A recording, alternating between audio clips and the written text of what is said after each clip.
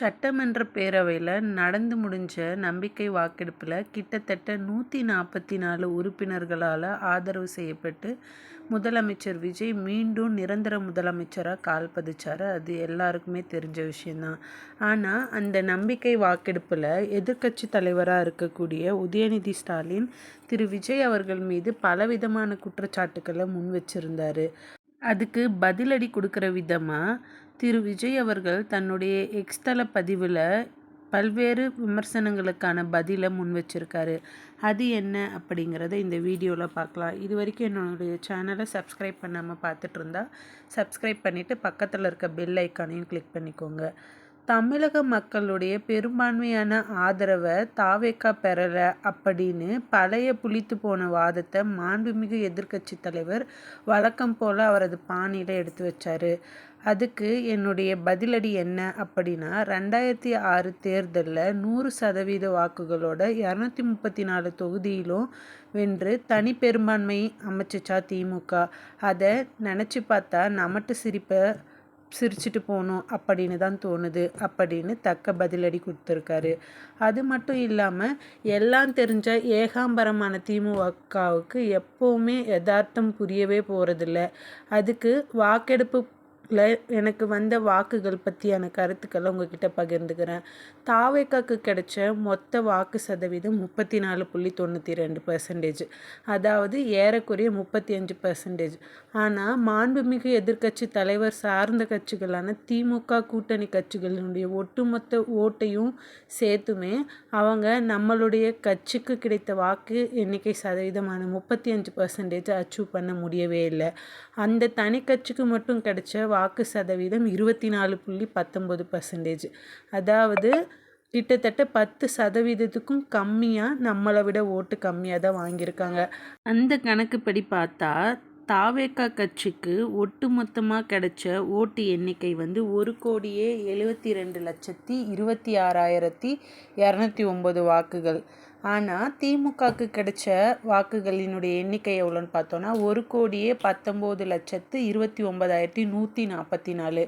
அப்படி வித்தியாசம்னு எடுத்து பார்த்தோம்னா அவங்கள விட தாவேக்கா கட்சி கிட்டத்தட்ட 52,97,065 வாக்குகள் அதிகமாக வாங்கி நாம் பெரும்பான்மையான மக்களின் வாக்குகளை பெற்றிருக்கிறோம் அப்படிங்கிறது திமுகவுக்கு தெரியாமையே போயிருச்சு அப்படின்னும் பதில் கொடுத்துருக்காரு.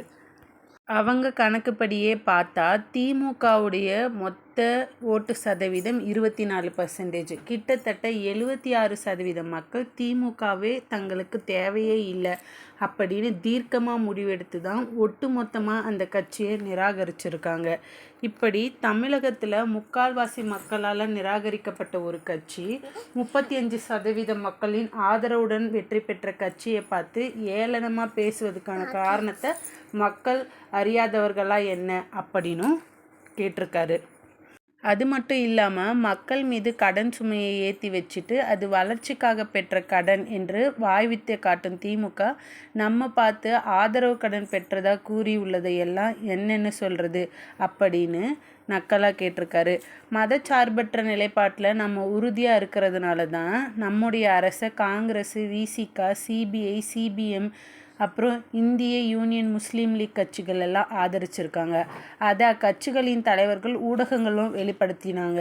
இதையும் திமுக ஏளனமாக பேசியிருக்கிறது எந்த கணக்கில் அப்படின்னு எனக்கு புரியலை.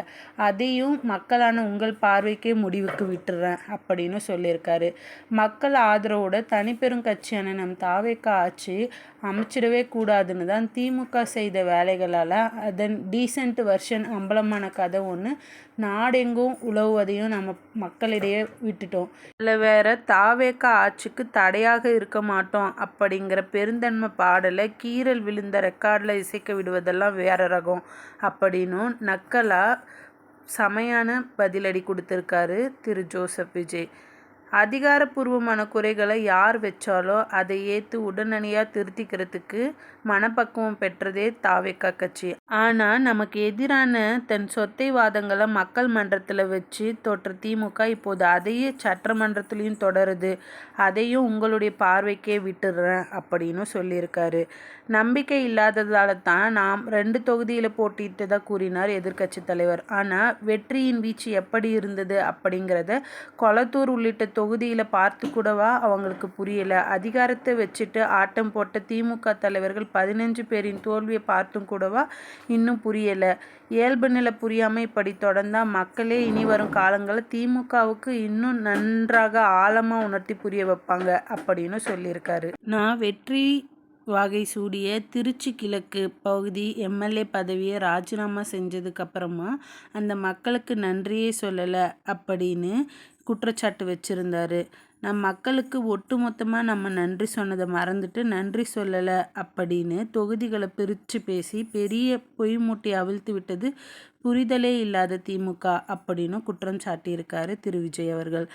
மக்களை நம்ம விரைவில் சந்திப்போம் என்பது நம்ம மக்களுக்கும் தெரியும், நமக்கும் தெரியும். ஆகவே அதற்காக திமுக அக்கறையாக இருப்பது போல டிஜிட்டல் முறையில் தேம்பி அள வேண்டாம் அப்படின்னு நெத்தியடி பதிலடி கொடுத்துருக்காரு.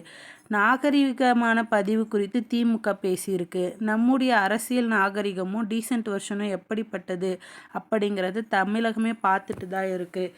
ஏன் அவர்களும் பார்த்தாங்க. திமுக என்னத்தான் நம்ம அர்த்தமற்ற முறையில் ஏளனமாக பேசினாலும் நாம் எப்போதும் நாகரிகம் காக்கும் நயத்தகு இயக்கமாகவே இருப்போம்.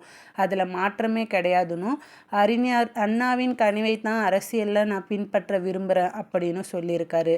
நமக்கு ஆதரவு அளித்த சட்டமன்ற உறுப்பினர்கள் குறித்து பேசும்போது திமுக ஏதோ நாங்கள் சுத்தம் சுயம் பிரகாசம் போல பேசியது தான் மிகப்பெரிய நகைச்சுவை. 1999 பாஜக கூட்டணியை திடீர்னு நாடாளுமன்றத்தில் நம்பிக்கை வாக்கெடுப்பில் ஆதரித்த கதையை இன்னும் மக்கள் மறக்கலன்னு தான் நினைக்கிறேன். அதன் பிறகு தான் அதே பாஜக கூட கூட்டணி போட்டு வென்று பேரம் பேசி மந்திரி பதவிகள் பெற்றதையும் மக்கள் மறந்திருக்கவே மாட்டாங்க. சட்டமன்ற உறுப்பினர்களில் சிலர் பாஜகவுக்கும் எங்களுக்கும் எந்த தொடர்பும் இல்லை அப்படின்னு அறிவித்த அப்புறமே நமது அரசை ஆதரித்து வாக்களித்தாங்க அப்படின்னு திமுகவுடைய அவதூறு கண்களுக்கு தெரியாமலே போயிருச்சு. ஆனால் மக்கள் நமது தூய எண்ணத்தை உணர்ந்தே வாக்களிச்சிருக்காங்க அப்படிங்கிறது அவங்களுக்கு எப்போ தான் புரிய போகுதோ அப்படின்னு சொல்லியிருக்காரு. அதே மாதிரி மக்கள் மனதில் ஆழமாக வேரூன்றி புகழ் பெறப்போகும் மக்கள் அரசை புஷ்பா அரசு அப்படின்னு திமுக ஏளனம் பேசியிருக்கு. மக்கள் தந்த தோல்வியால் கண்கள்லையும் காதுகள்லையும் வாயிலையும் மூக்குலையும் பொறாமையால் திமுகவுக்கு புகை கக்க தான் செய்யும் அப்படின்னு சொல்லியிருக்காரு. உங்களால் புறக்கணிக்கப்பட்டவர்கள் நம்ம எப்படி வேண்டுமானாலும் புண்படுத்தட்டும், நமக்கு எதிராக புறம் பேசட்டும், புலம்பல் பாடல்கள் இசைக்கட்டும், நாம் அதை பற்றி கவலைப்படவே போகிறதில்ல. மக்கள் பணியும் மக்கள் நலனும் மட்டுமே தாவேக்காவுடைய மிக முக்கிய லட்சியம் அப்படின்னு சொல்லியிருக்காரு. இப்படி நம்பிக்கை வாக்கெடுப்பில் எதிர்க்கட்சி தலைவர் உதயநிதி ஸ்டாலின் கொடுத்த ஒவ்வொரு கேள்விக்கும் திரு விஜய் அவர்கள் தரமான பதிலடியை கொடுத்துருக்காரு. விஜயுடைய தரமான பதிலடியை பற்றி உங்களுடைய கருத்து என்ன அப்படிங்கிறத மறக்காமல் கமெண்ட் பாக்ஸில் பதிவு பண்ணுங்கள்.